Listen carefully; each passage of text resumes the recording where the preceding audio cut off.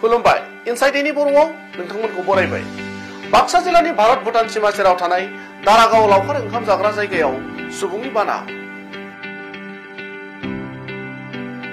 इंराजि 2022 मायथाइनि गोदान बोसोर जागायनाय बे समाव रायजोनि दाब दाब जायगानिफ्राय लावखार ओंखाम जानो फैनाय सुबुंनि बाना नुनो मोन्दों बाक्सा जिल्लानि सिङाव थानाय भारत भुटान सीमानि दारागावआव। मिथिंगाजों समायना दारागावनि लावखार ओंखाम जाग्रा थावनियाव जाहाथे जेबो गाज्रि थासारि सोमजिया बेनि थाखाय सोरखारि नङै फसंथाननिफ्राय गोख्रों नोजोर लाखिनाय जादों होनना लावखार ओंखाम जाग्रा थावनि सामलायगिरिफोरा खौरां बिजोंनि गेजेरजों ओरैबायदि बुङो। जाहाथे आमाक भगवान ईश्वरे भाले भाले नतुन बर्षটো भाले दरे आमार जे पिकनिक स्पटत जाहाथे সকলো জনগোষ্ঠীৰ সমাজক বা আমাৰ যি পিকনিক স্পটত অহা যিসকল মানে যাত্ৰী এই যাত্ৰীসকল যাতে ভালদৰে সুচাৰুৰূপে ভগৱানে ঈশ্বৰৰ যাতে তেওঁলোকক আপুনি লৈ যায় তাকে মই ধন্যবাদ আপোনালোকক মানে ধন্যবাদ দিছোঁ যাতে আপোনালোকে কি নতুন এইবাৰ কি কৰিছে আপোনালোকে কি দেখিবলৈ পাব। এতিয়া চাওক আমাৰ যিটো যোৱাবাৰ যিটোকে আমাৰ কৰোণা ভাইৰাছৰ কাৰণে যিটো আমাৰ পিকনিক স্পট বন্ধ আছিলে আমি এইবাৰ 2022 চনৰ কাৰণে একো আমি ইয়াতে কৰিব নোৱাৰিলোঁ।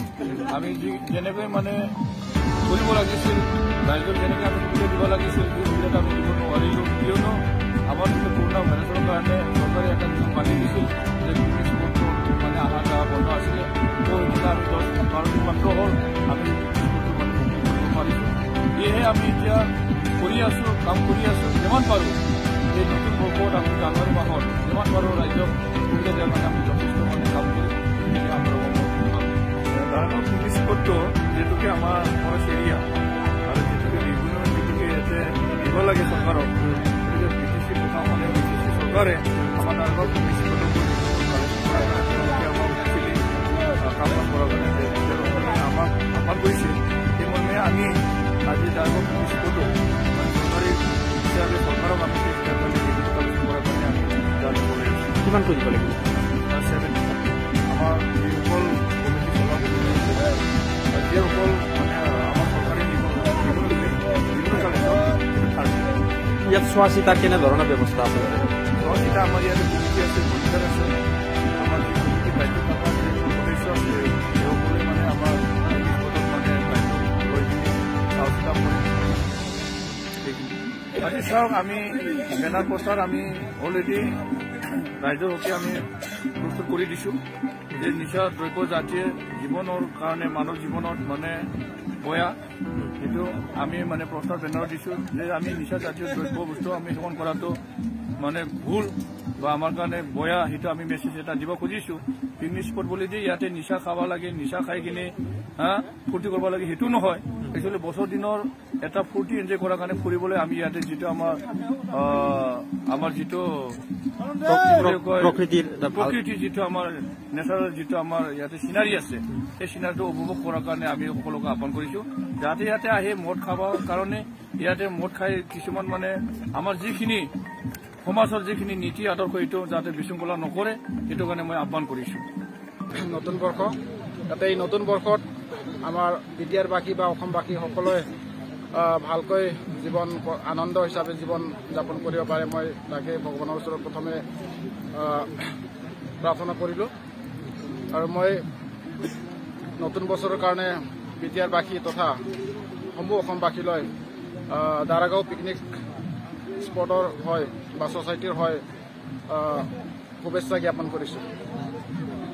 ইয়াত যিবিলাক প্ৰকৃতি প্ৰেমী বনভোজস্থলীত ইয়াতে আহিব তাৰ বাবে সুৰক্ষাৰ কাৰণে আমি আমাৰ ছ'চাইটিৰ তৰফৰ পৰা আমাৰ স্বেচ্ছাসেৱী আছে তেওঁলোকে চোৱা চিতা কৰিব লগতে আমাৰ লগত প্ৰশাসন জড়িত আছে তেওঁলোকেও তাৰ বাবে ব্যৱস্থা ল'ব।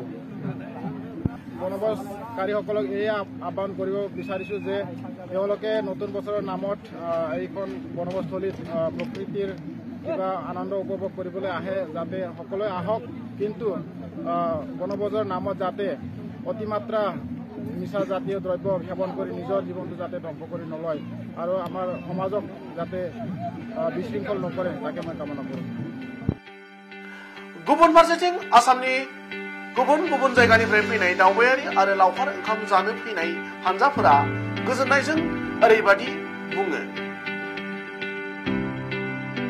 অসমবাসীকে নৱবৰ্ষৰ আন্তৰিক শুভেচ্ছা জ্ঞাপন কৰিলোঁ। আমি মংগলদৈৰ পৰা আহিছোঁ, ইয়াতে বনভোজৰ কাৰণে আহিছোঁ। ইয়াতে আহি বহুতে ভাল লাগিছে, বহুতো ধুনীয়া মনোমোহা দৃশ্য ভূটান সীমান্তৰ। আগতে আহি পোৱা নাই, এইবাৰে প্ৰথম। বহুত ভাল লাগিছে, সকলোকে বনভোজস্থলীলৈ আহোঁতে ভালে লাগিছে। আমি মংগলদৈৰ পৰা আহিছোঁ। কিমানজন আহিছে তোমালোকে? 30 জন মান আহিছোঁ। কোচিং চেণ্টাৰৰ পৰা আহিছোঁ আমি। তো বহুত ভাল লাগিছে ইয়াতে আহি।